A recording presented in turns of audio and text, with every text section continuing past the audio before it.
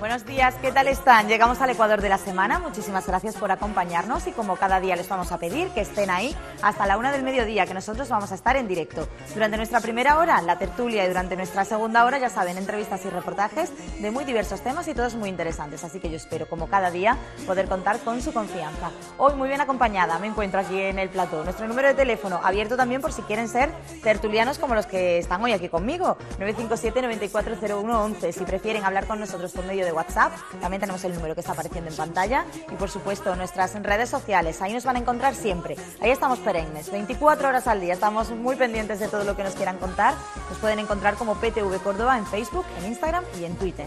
Y dicho esto, vuelvo a repetir y a reiterar que yo me encuentro muy bien acompañada hoy. Salvador Fuentes, gracias por estar con nosotros. A vosotros siempre. Hoy te ha tocado a ti. Hoy me ha tocado a mí, hoy me ha tocado a mí. Y con buena compañía. ¿Has Bueno, visto? Yo vamos tengo a que ver cómo decir sale esto. que es el mejor tertuliano que tengo, ¿eh? Os quiero mucho a todos, pero es que José Luis Arran a mí me gana. Lo tengo me tiene más cerca. se la También, puede- claro, es lo que tiene, ¿no? José Luis, muchas gracias por sumarte hoy también a la A ti, tertulia. Amparo. Bueno, tenemos temas muy diversos, temas de actualidad nacional, temas de actualidad local. Si os parece, comenzamos por lo que nos queda un poquito más lejos, que es lo nacional, y luego ya vamos barriendo también para casa. Urdangarín y Maxim Huerta, a ver, ¿por quién empezamos? Bueno, pues son dos episodios que nadie se espera. Bueno, el de Urdangarín se esperaba a todo el mundo porque era una sentencia que era evidente que iba a ir en ese tenor. Me arriba, me abajo, se sabía que al final lo de Huerta sí que ha pillado un poco más de sorpresa de ver cómo reacciona el gobierno en los dos casos, porque tanto el tema de Urdangarín como el tema de Maxim Huerta abren cierta crisis institucional y que hay que gestionarlo eso. Y no es fácil, un gobierno además que apenas se lleva 15 días los despachos. Sí. Y que hay que saber tratar eso y cómo se reconduce. no, yo lo que afecta a Urdangarín, pues, yo creo que esto es lo que está demostrando la solidez y la madurez de una democracia. Es decir, aquí nadie está exento del cumplimiento de la ley. Sí. Y las cosas, cuando llegan, ¿no? Y la justicia es verdad que muchas veces se le critica por ser lenta, Sí. pero llega siempre, ¿no? Eso te crea más problemas por el hecho de llegar tarde, pero llega. Y esto, pues, eso hay que tomarlo con mucha naturalidad. Hay que sopesar, hombre, el manto y que empaña un poco la Casa Real, pero bueno, somos humanos y lo doloroso hubiese sido es que no hubiésemos reaccionado ante eso, ¿no? Yo creo que se han hecho cosas, conductas que a todas luces son irregulares y aquí yo creo que lo más sensato es tomar con absoluta naturalidad una sentencia que yo creo que hasta bien no recurrir al Constitucional. Bueno, yo creo que era previsible, como comentaba José Luis, normalidad. Eso da mucha serenidad y una imagen de una democracia que, bueno, que al final cada uno cumple su papel. En este caso, pues la justicia pues lleva al banquillo a una persona que comete hechos delictivos, que concurren, que son efectivamente ciertos, bueno, y como tal, pues tiene que ir como uno más, ¿no? Pues es que el caso de Urdangarín no acaba el episodio aquí, porque ahora va a estar este hombre en la cárcel un par de años mínimo, año y medio, quizás antes de que tenga algún beneficio penitenciario. Con su consorte, con su pareja, muy expuesta con el jefe de Estado, con el cuñado también expuesto a cualquier tipo de duda, y en una época en la que se quiere abrir el melón de la Constitución, que hay mucha... El PSOE ya ha dicho que quiere empezar a plantear una reforma constitucional. Sabemos que abrir el melón no sabes luego qué te encuentras dentro, y a lo mejor no es el mejor escenario que planteaba el propio gobierno a la hora de plantear una reforma de la Constitución. Sin duda, José Luis, sin duda, pero bueno, en cualquier caso, ahora mismo lo importante es que yo creo que lo prudente es que a ella no se le rehabilite, sino que siga como está, inhabilitada para ejercer ningún cargo de representación de la corona como tal, y en cualquier caso es verdad que los tiempos no están para muchas aventuras. Aquí no deja de ser no voy a decir un petardo, pero sí por lo menos un toque en la línea de flotación de la corona. Sí. Pero bueno, yo creo que los tiempos que corren todos revisables y no tiene por qué haber temas tabú. Yo creo que las cosas se piensan, estamos avanzando, nadie daba un duro por nosotros hace 40 años y ahora estamos demostrando que estamos haciendo las cosas bien y cuando queremos las hacemos bien, ¿no? Yo creo que a mí me preocupa más que ese tema, el morbo, lo que de ahí se puede extraer las conclusiones que se están haciendo, que yo creo que fuera de tono, tal como estamos enfocando nosotros el tema, yo creo que debería ser ese el camino, sí, y no sacarlo, como no se debe sacar muchas veces lo hablamos aquí con Amparo, ¿no? El tema del morbo hace mucho daño por el solo hecho de buscar un titular, y sí me preocupa más cuando hablas del tema de revisar la Constitución, que oye, que nada es una piedra, las cosas hay que hacerlas, pero hay que hacerlas en su momento y priorizando cosas, ¿no? El desafío catalán, ese sí puede ser un gran melón, y ahí tenemos que estar todos muy cuidadosos de que eso no se nos vaya de mano, ¿no? Porque ese sí creo que es el desafío más importante que tiene España, además de seguir creciendo económicamente, porque si no crecemos no hay ingresos fiscales y volvemos otra vez al susto de la deuda y del déficit, ¿no? Que es el que teníamos intentando sacar durante estos últimos años, ¿no? Pero bueno, yo creo que bien.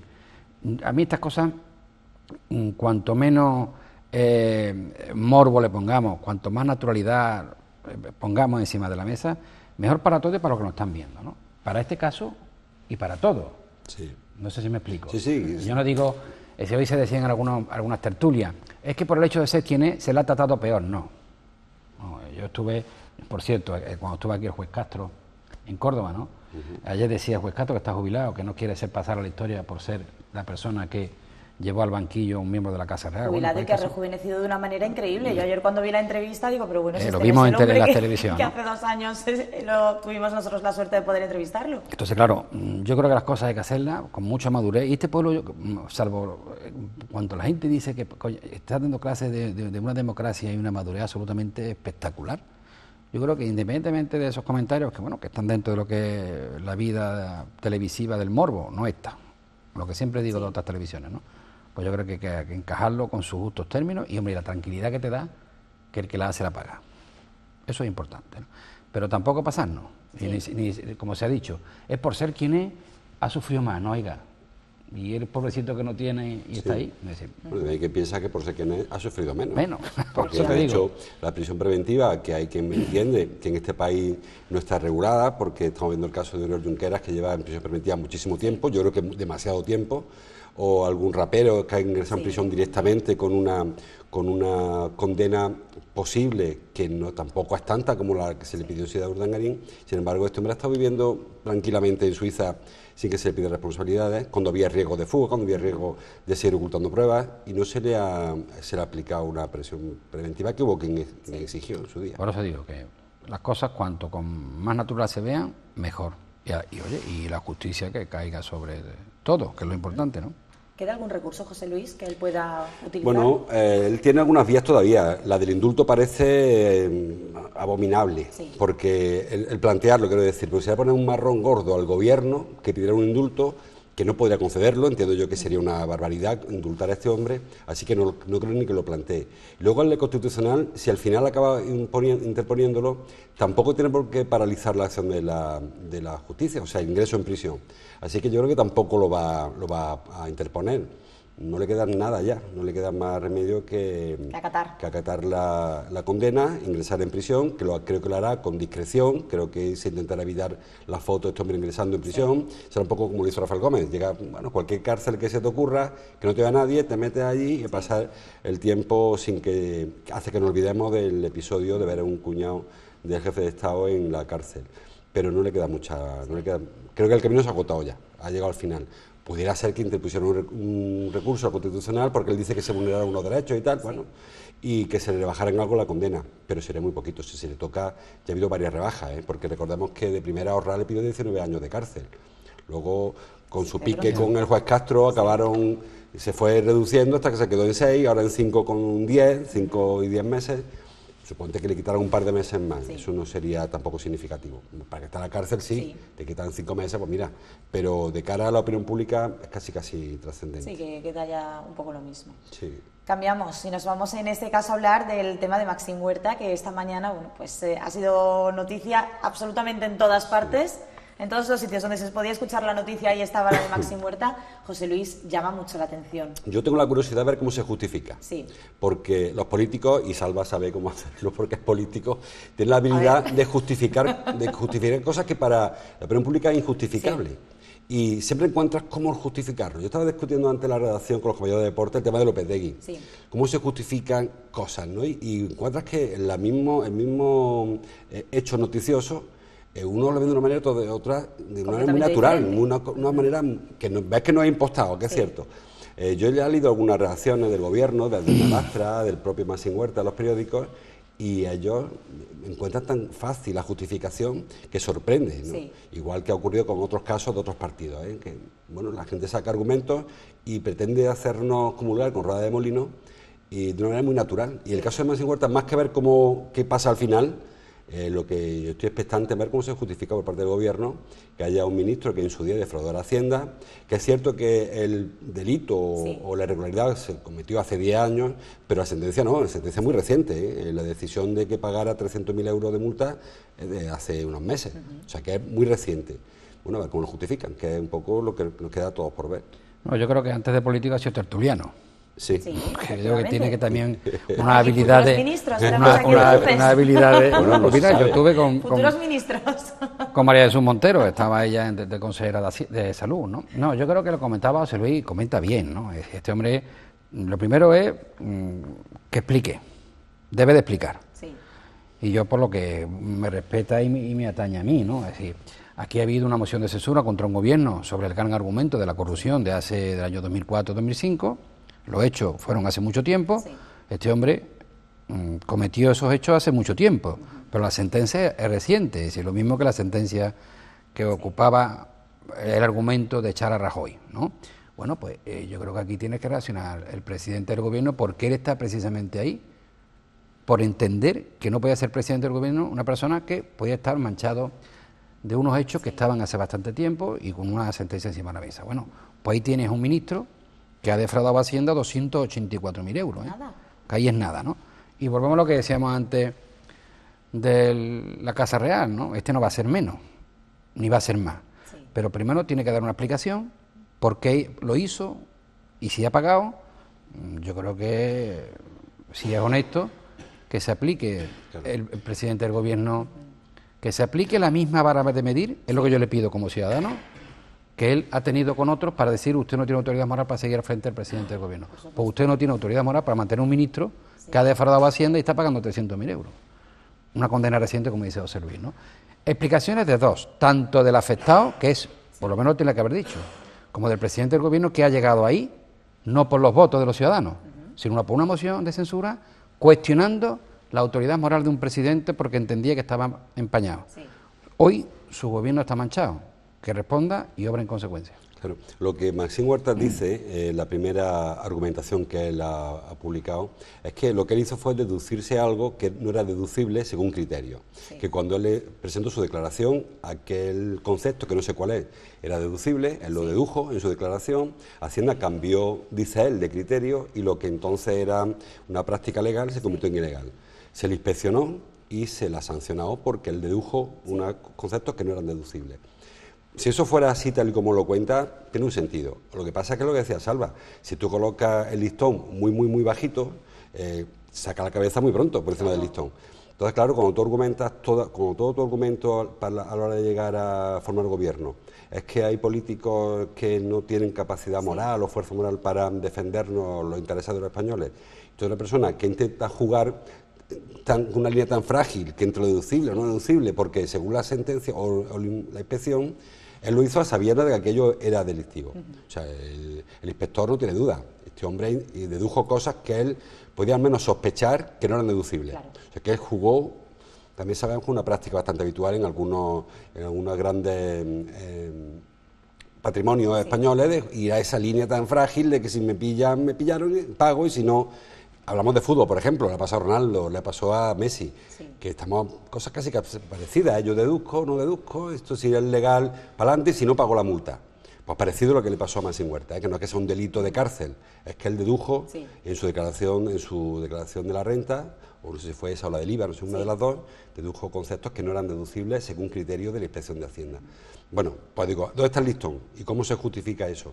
Y sobre todo en un momento en el que el gobierno está creando gobierno, porque todavía recordemos falta un montón de secretarios de Estado por nombrar, subdelegado de gobierno, por ejemplo, que está todo en proceso de formación de gobierno y que empezar con este hándicap, hombre, pues te va a marcar, porque el gobierno tiene que demostrar la pureza, igual que se le exige al anterior, más en este caso incluso, porque ha llegado ahí esgrimiendo esa pureza de sangre que ahora le va a costar trabajo justificar.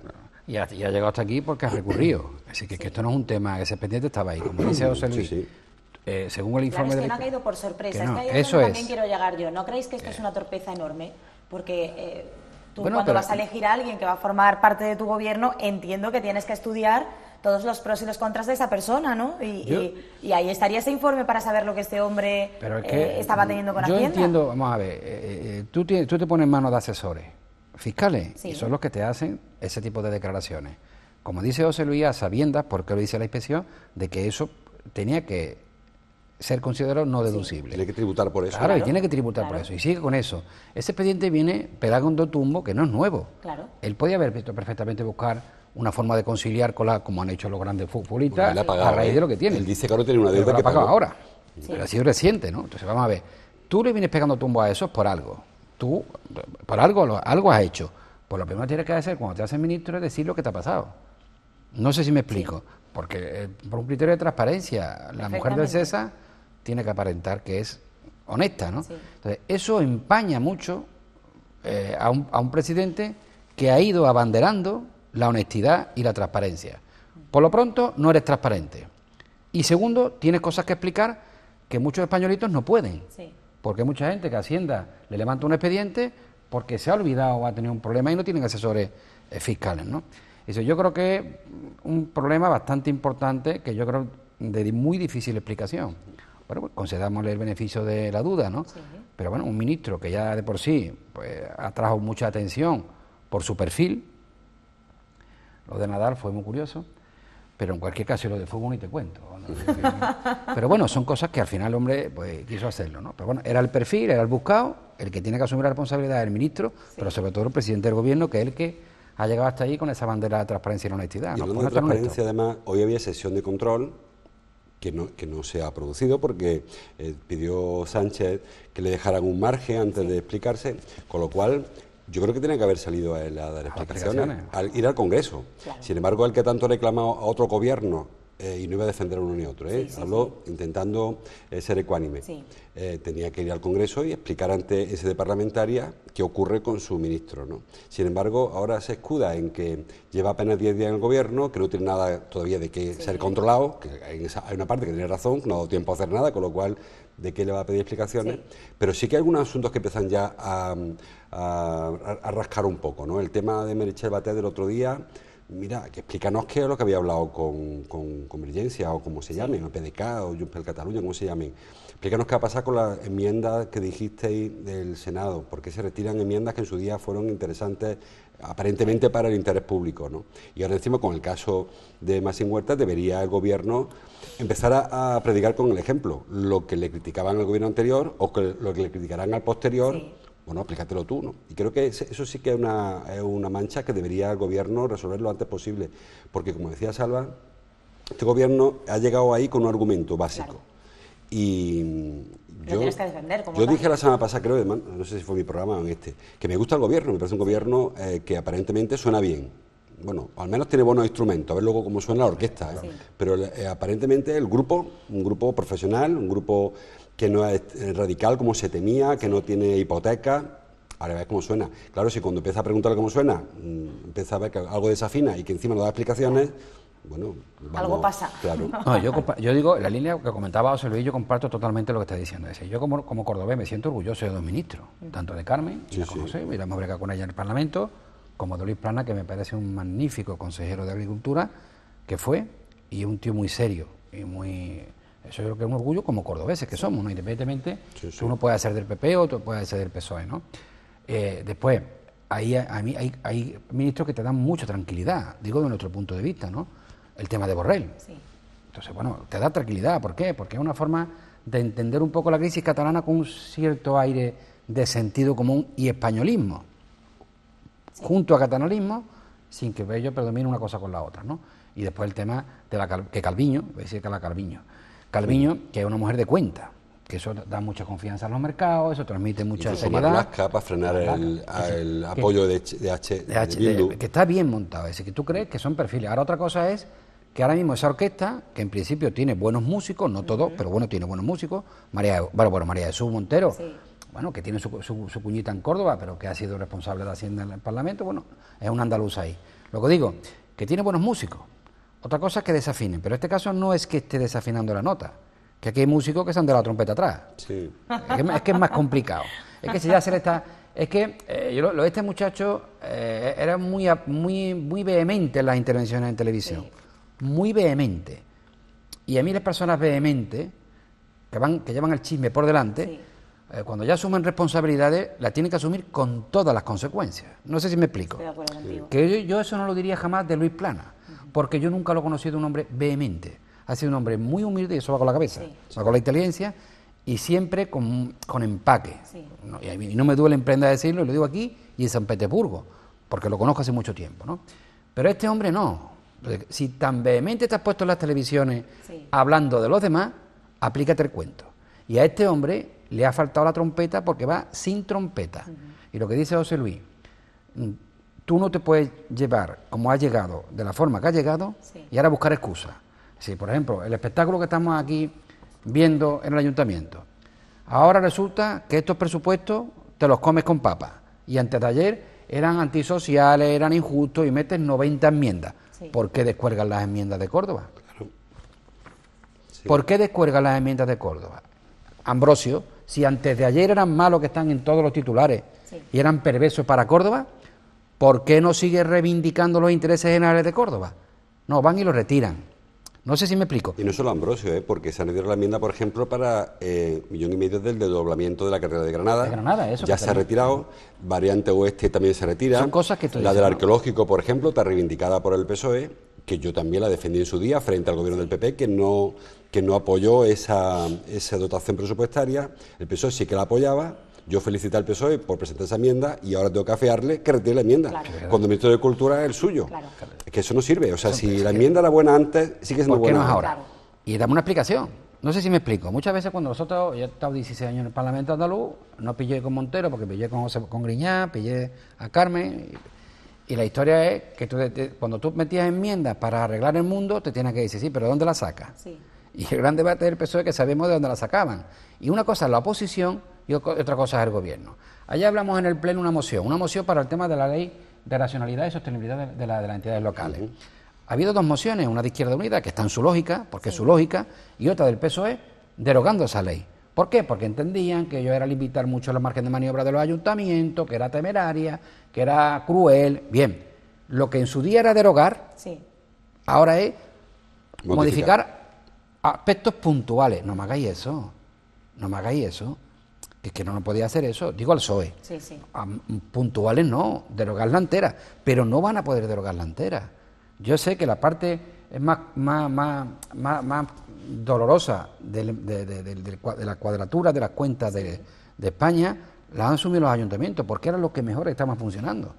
Pero en la modificación del 135, cuando se modifica con 316 votos, es decir, con toda la Cámara, con 5 votos en contra y todo a favor, era por una imposición de Bruselas, porque el país estaba roto, económicamente hablando.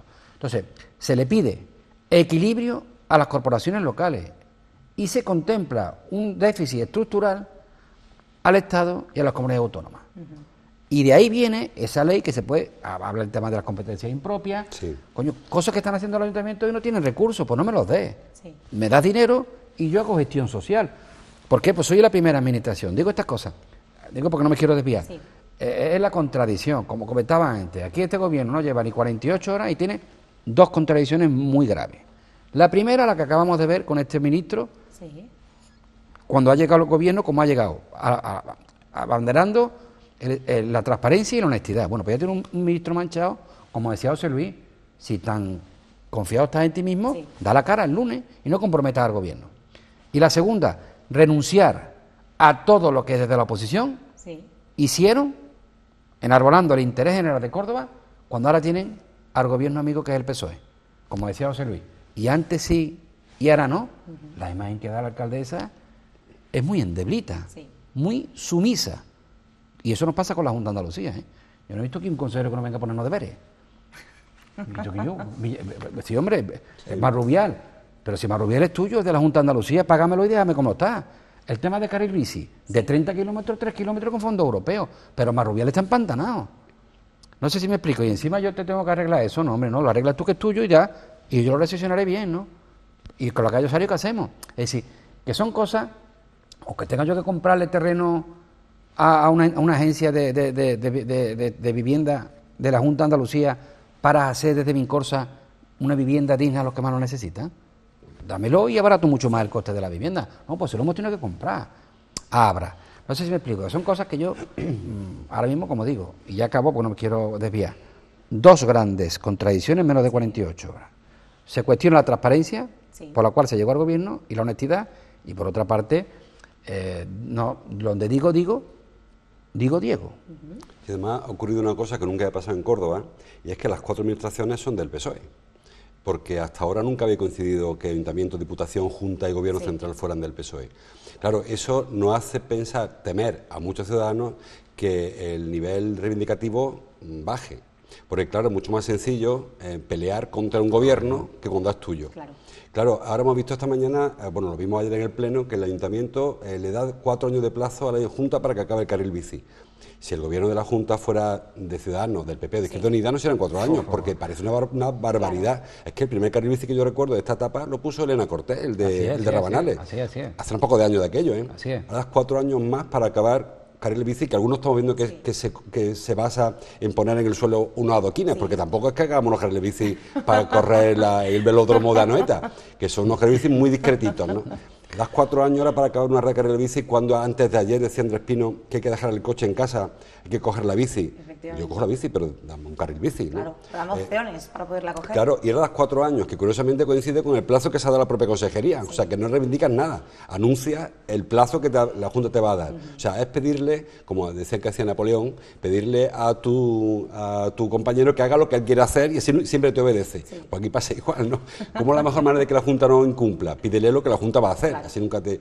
Claro, y eso es un poco el temor que puede dar la ciudadanía ahora, que se rebaje el nivel reivindicativo del Ayuntamiento. Que son históricamente que Córdoba lleva reclamando, el tema de equipamiento que decimos antes, Bellas Artes o el arqueológico, o alguna obra que vemos que Málaga hace un museo, levanta un museo cada 4 días, y aquí el Ayuntamiento, los diputados del PSOE han presentado enmiendas continuamente para dotar de presupuesto el museo arqueológico, menos para el Bellas Artes que es de la Junta. Bueno, por lo menos pide el arqueológico. Ahora, como hay coincidencia, pues ni para el Bellas Artes, que es de la Junta, ni para el arqueológico, que es del Gobierno Central. Claro, eso tiene que preocuparnos, porque si vamos a tener instituciones condescendientes con la otra institución, porque coinciden en el partido político, me da igual que sea PSOE que sea PP, ¿eh? El PP nunca ha coincidido los 4 a la vez, le ha faltado en la Junta de Andalucía. Pero también pasó, también cuando gobernaba aquí Nieto y Merino, también se rebajaba el nivel de exigencia al Gobierno Central. Es que ahora hay una coincidencia absoluta, es una, como decía Zapatero, una confluencia astral, los 4 instituciones del mismo color, y yo me temo que se va a rebajar mucho el nivel de exigencia. Bueno, en cualquier caso, yo creo que la exigencia te viene dada por la realidad del día a día. Es decir, yo comprendo que las exigencias atenúen, porque no es lo mismo estar en la oposición y pedir la luna, a estar en el gobierno y que tener que cuadrar las cuentas. Sí. Pero dentro de eso, José Luis, tiene que haber margen de maniobra. A mí el miedo que me da es que las cosas se eternicen. Y ahora, tanto impulso, por ejemplo, el tema de la biblioteca de los Patos. La culpa atribuible al PP es de los técnicos, porque han acumulado 4 modificaciones que tenían que haber hecho puntualmente para llegar a una cantidad donde ya la dinámica contractual, según la ley, te amplía los plazos y te hace más riguroso. Sí. Es un problema técnico. Lo que hemos liado nosotros ahí con el acceso a la autovía, eso fue un problema técnico. Sí. Coño, José Luis, que es que tú lo que no puedes poner una obra, te gastas los dineros y lo que creas es un problema. Tú fíjate lo que se ha liado en el acceso ese, ¿no? Sí. Que es un tema técnico. Que muchas veces yo quiero que tú me digas, mira, Salva, de 10 propuestas, si han conseguido la alineación de Planeta, se van a quedar en 6, pero que se queden 6. Porque ahora tenemos más poder que nunca. Pero lo que pasa es que para poder ocupar no tiene Córdoba, lo tienen todas las provincias porque todas son del PSOE. Lo que sí digo es que una cosa es que tú pueda quitar, como se ha hecho, todas las enmiendas, y otra cosa que des 3. Sí, sí, pero en cualquier caso me preocupa porque hemos visto manifestaciones de los alcaldes, de presidente de Diputación, de Córdoba, Jaén, Granada y Badajoz, todo del PSOE, y alcaldes del Badajoz, de Baena, el de Castro, alcalde del PSOE, exigiendo la conversión de la carretera de Granada en autovía, carretera Granada-Badajoz. Eso acaba ya. Eso se va a acabar ya. Eso va a mañana acabar. se acabó Verás manifestaciones, cómo Antonio Gutiérrez no va a ningún concentraciones. sitio ya. Claro, y eso es lo que digo que me preocupa como ciudadano, que a partir de que haya una coincidencia institucional se renuncie a algo que la ciudadanía lo pide y lo exige. Y con los eventos culturales pues igual. Llevamos mucho tiempo exigiendo inversiones en la Biblioteca de los Patos, en el Arqueológico, en la Bellas Artes, en Medina Zahara. Sí. Y según que sea de un color u otro, pues exigen más o exigen menos. Y como ahora hay una coincidencia absoluta, pues yo creo que o se hace un trabajo civil, social, de la ciudadanía, que sea la que enarbole banderas, o institucionalmente se va a exigir mucho menos. Totalmente. Ahora toca que la sociedad civil sea la que coja esa bandera, porque si no ocurre esto, difícilmente podamos llegar a ver alguna inversión de las que parecían irrenunciables hace 4 días, que estamos viendo, lo sabes. Como el tema de las reversiones en hospitales privados, por ejemplo, hay que ver ahora cómo se hace, ¿no? Si es verdad que... Porque es mucho más fácil pedirle al enemigo, ¿no? A exigir, porque el papel lo soporta todo. Y tú, por hacer una enmienda, tú sabes, enmienda de... Eso te digo, si es que eso al final, pero por lo menos déjame 4. Claro. Si tú puedes presentar por una cuantía de los 22 millones, porque puestos a hacer oposición nosotros hacíamos muchas enmiendas, incluso yo dividía, me acuerdo de la Junta de Andalucía, que nosotros no teníamos margen de maniobra. Yo le decía, bueno, precisamente a Madalena Álvarez, que después fue ministra de Fomento y utilizó los mismos argumentos que Paco Álvarez Casco en la Córdoba-Granada. Los mismos argumentos. Sí. Que los técnicos sostenían que en aquellos tramos de carretera donde no hubiese mucha fluidez de tráfico, pues se quedasen en 2, y sí abordar los 4 donde había ya más densidad de tráfico, hasta ya hacer toda la... Pues fueron los mismos argumentos que utilizó Paco Álvarez Casco, lo utilizó después Madalena Álvarez. Y ahora va a hacer Ábalos. Exactamente, digo, entonces, yo siempre que he dicho eso, digo, vamos a mirar esto con lupa, porque hay tramos de esa carretera que son desiertos, y otros que sí tienen mucha presión de tráfico.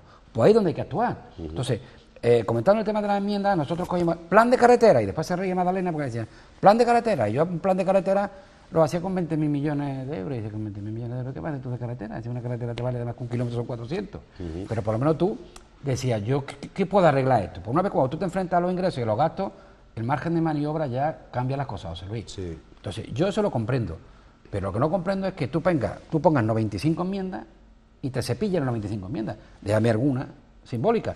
Nosotros, antes, lo voy a contar una anécdota, hace una semana antes de esto, la semana antes de la moción, quedamos con el ministro de Fomento. Ministro, cuando va a poner a firmar el tema del Metro Train, porque era un tema ya solo del ministro con Renfe, ¿no? No preocuparos que esto ya para adentro, que yo que no va nada ya tenerse la boca, porque tú el miedo que tienes aquí como gobierno es la presión del pueblo y sobre todo del ministro, que este tema, que ya no la... Bueno, pues ahí hay 2 millones, ya no esos 2 millones, pues como nosotros como lo declaramos servicio público, el déficit corre a cargo del ministro de Fomento.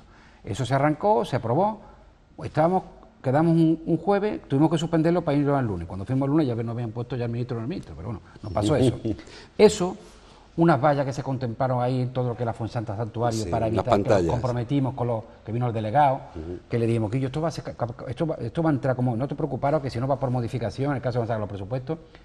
De esas inversiones comprometidas, cerrar el tema de la biblioteca de los patos, de esas inversiones, la segunda fase del tema del acceso, de eso está en el presupuesto. Nosotros vamos a aprobar el presupuesto que aprobamos. Eso tiene que estar para adelante. Yo no quiero pensar que me toquen eso. Bueno, eso son ya inversiones que están garantizadas. Pero por lo menos el PSOE, que tanto presumía de que los presupuestos eran una leche, ahora, alcaldesa, tírate una flor. No, esto y esto. Nada.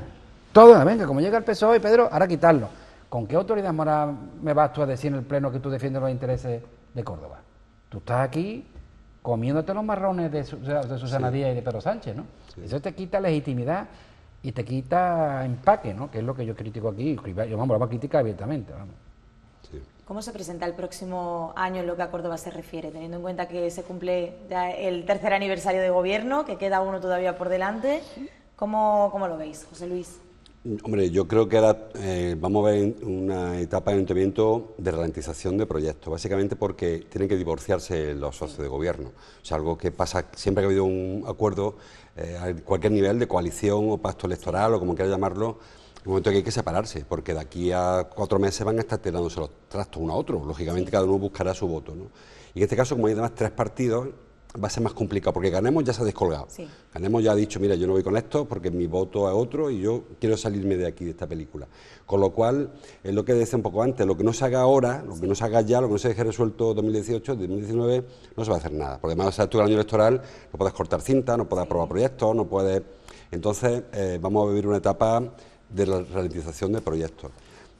¿Hay inercia para llegar hasta las elecciones de mayo? Pues no sé, porque este gobierno tiene problemas que a lo mejor no son todos suyos, porque es verdad que ha habido cambios en la ley que hablábamos antes, que ha limitado la reposición de funcionarios, hay problemas de plantilla en muchos departamentos, contratación y problemas serios, con lo cual no tengo yo garantía de que sean capaces de llegar con proyectos y que vemos muchas cintas, cortas muchas cintas de aquí a diciembre.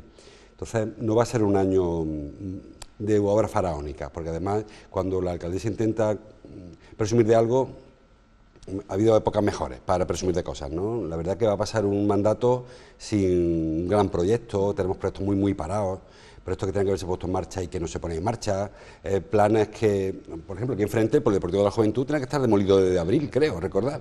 Estamos en mediados de junio. Sí.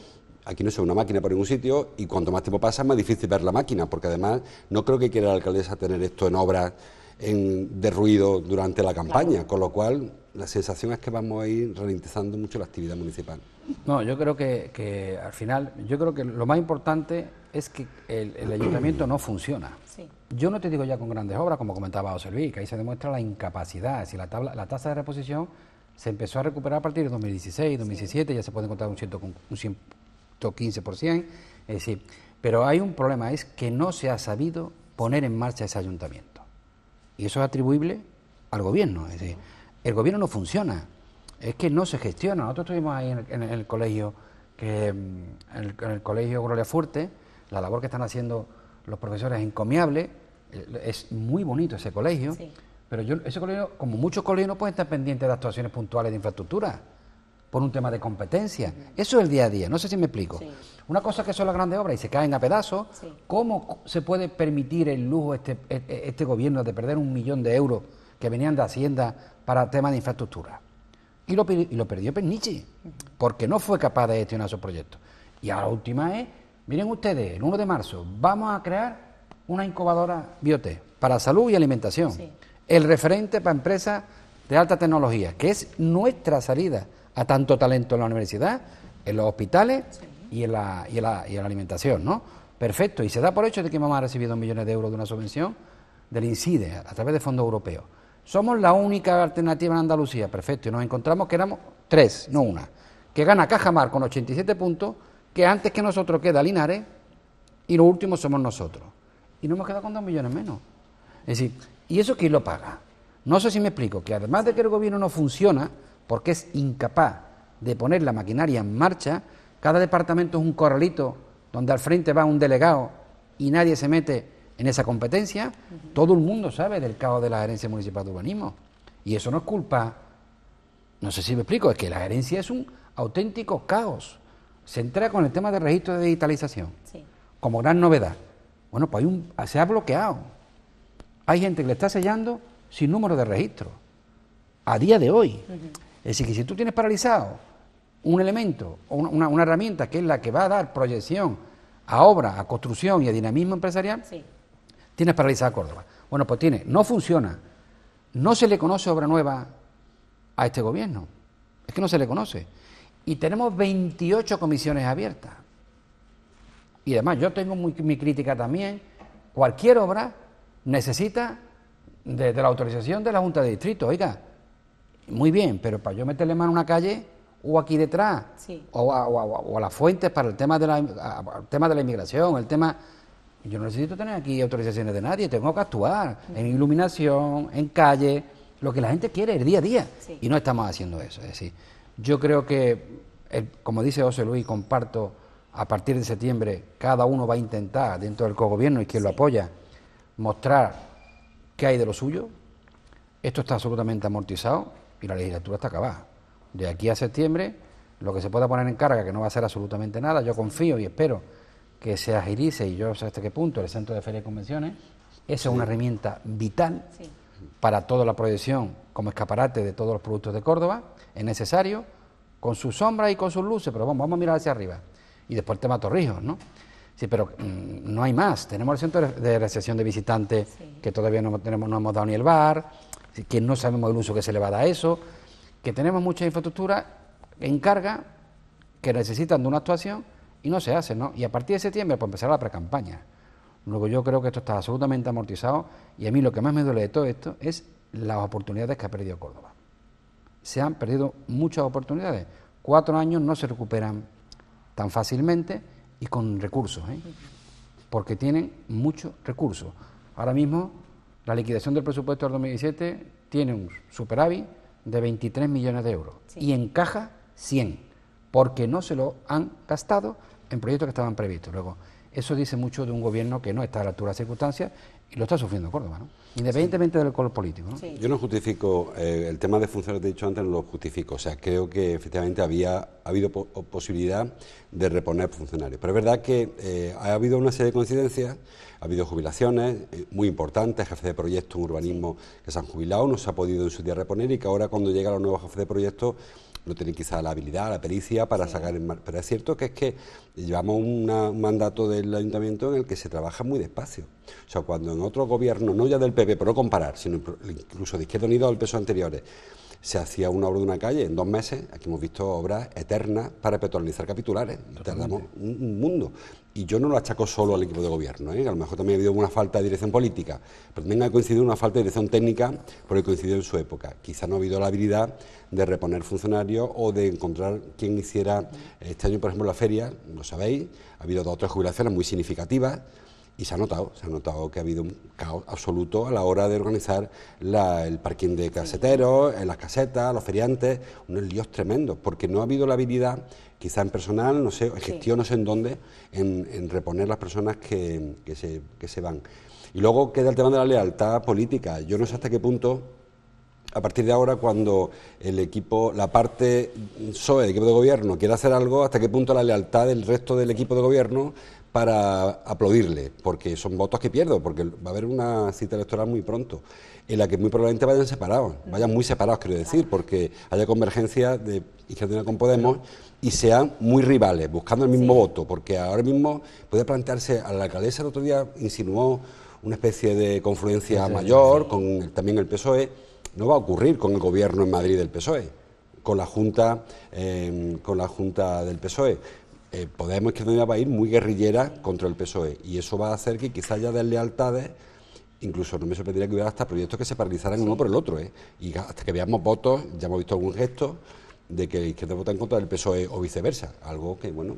Ahí te cojo el hilo argumental, es decir, el problema es lo que tú comentas. Bueno, bien, el tema de Cosmo, el tema de Rabanales 21, se dilata en el tiempo una propuesta que era oxigenar económicamente ese proyecto que se caía a pedazos, porque el quien lo hizo era un megalómano, eran otros tiempos, y si aquello se hizo muy grande para la necesidad que se tiene. Y un ejemplo muy significativo, José Luis, ¿qué sentido tiene y qué explicación tiene que desde la Gerencia Municipal de Urbanismo que estoy yo, se encargue una ordenanza para agilizar los trámites de la licencia y dinamizar mucho más la gerencia, que cuesta una pasta, y se le encarga a la Universidad de Córdoba, a una de las mejores mentes que hay ahora mismo en el derecho administrativo, como es Rebollo, con lo cual estábamos absolutamente de acuerdo, y paralelamente mi alcaldesa me encarga otra, al INDEC, que nada tiene que ver con urbanismo, se presenta a los empresarios y dice, oiga, que yo tengo una ordenanza para agilizar la licencia de urbanismo. Yo tengo otra. Pero hombre, es que no tiene sentido cuando el clamor popular de todo el mundo es, oiga,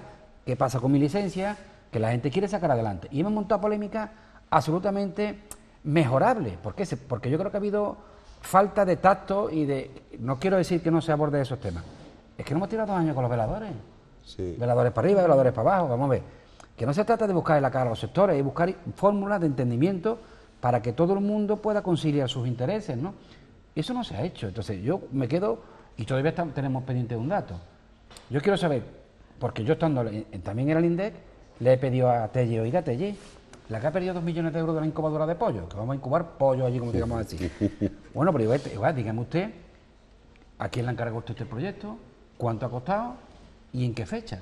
Yo no quiero pensar, José Luis, que le hayan encargado ese proyecto el mismo tiempo que la gerencia haya que hacer lo suyo, porque que eso es una patada en la boca al presidente de la gerencia, que es de Izquierda Unida, ¿no? Eso son malas artes, porque si tú tienes un problema a la hora de agilizar trámite, pues llega Amparo y yo, Salva, tira para adelante con esto, José Luis, tira para adelante con esto, yo que estamos en un gobierno como alcaldesa, coño, no os peleéis los dos, que nosotros no, llega ella, pide una ordenanza y nosotros otra ordenanza. Eso da una imagen que la gente no quiere. Sí, y la del altar que yo decía, este fin de semana ha habido en Córdoba 2 citas culturales, Río Mundi y el circo. Los concejales del PSOE se han ido al circo, los de izquierda se han ido a Río Mundi. Yo no veo sentido a eso. Es que había que estar en todas partes. Qué bueno, yo esa dato lo tenía. Han competido entre ellos y yo no he visto un concejal del PSOE paseando por... pues ese detalle no lo sabía. Bueno, a lo mejor ha ido ¿Qué han hecho, no? Pero ha sido un acto organizado por turismo, es decir, por Izquierda Unida, el de Río Mundi, mientras que el circo lo organizó David Luque, como concejal de Cultura. Y ha habido una especie de contraprogramación de unos con otros que, hombre, yo creo que eso no se entiende, porque el fin de semana que viene ya no hay ni Río Mundi ni circo, o sea que me parecería más lógico, en fin, pues no competir. Incluso hacer coincidir dos eventos como ese, claro, que son dos eventos bonitos, uno una novedad, que yo creo que si se mejora puede dar buenos resultados, que Río Mundi, ese que es buena. Muchas quejas por parte de los vecinos, que es otro de los hay que mejorarlo, hay que mejorarlo. Hay que mejorarlo, ¿no? Pero la idea no es mala. Otra cosa es que haya que mejorarla, ¿no? Y por otra parte, que ya había cerrado con David el tema del circo contemporáneo, ¿no? A coincidir esos dos eventos en el mismo fin de semana es perder oportunidades, porque se escalonan en el tiempo, y eso es lo que demuestra, como bien comentaba Luis, que vamos a trompicones. Vamos, y después yo me voy al tuyo, y tú te vas al otro, es decir, eso no es bueno. Otra cosa es que, además de que Río Mundi está dando quejas, yo creo que hay temas de calado que de una falta de transparencia muy preocupante por parte de los responsables, que tienen que poner encima de la mesa cómo se ha hecho eso. Así que tú no puedes tener esas lagunas de información porque estás creando una polémica en las redes sociales con colectivos que no es bueno para nadie, lleven o no lleven razón, pero no se puede actuar de esa manera con el tema de la polémica de los bares, porque unos sí y otros no. Eso crea mala imagen y eso no se puede consentir de las formas de administrar eso, ¿no?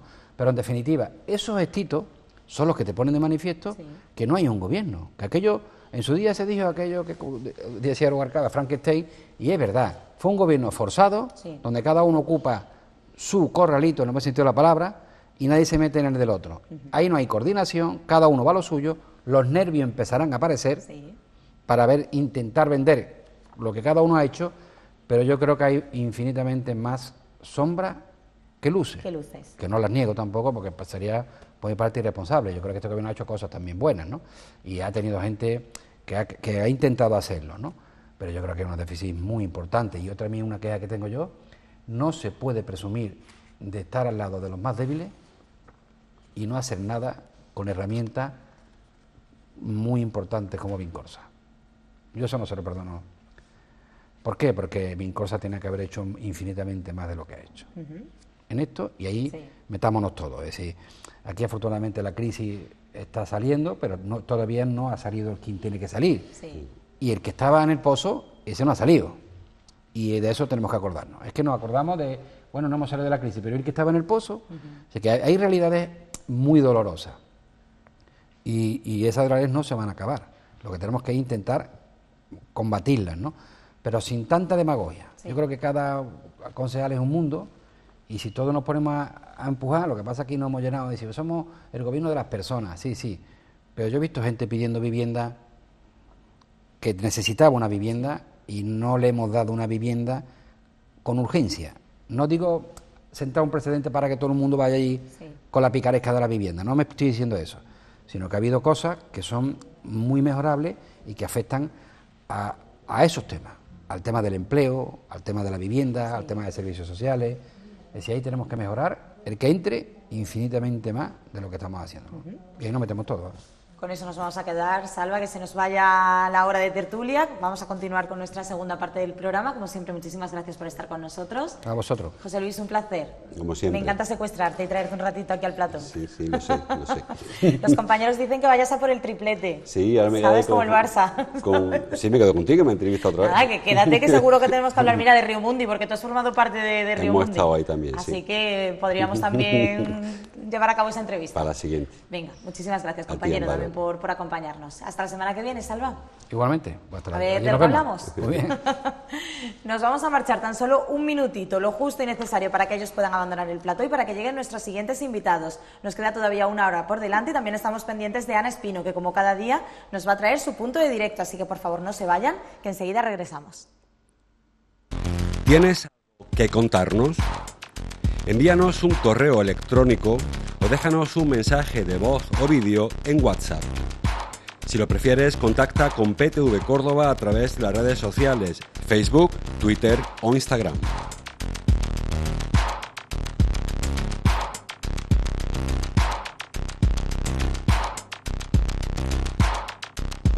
Y si lo que prefieres es intervenir en directo en cualquiera de nuestros programas, siempre tienes abierta nuestra línea de teléfono. PTV Córdoba, más de 30 años mirando por ti.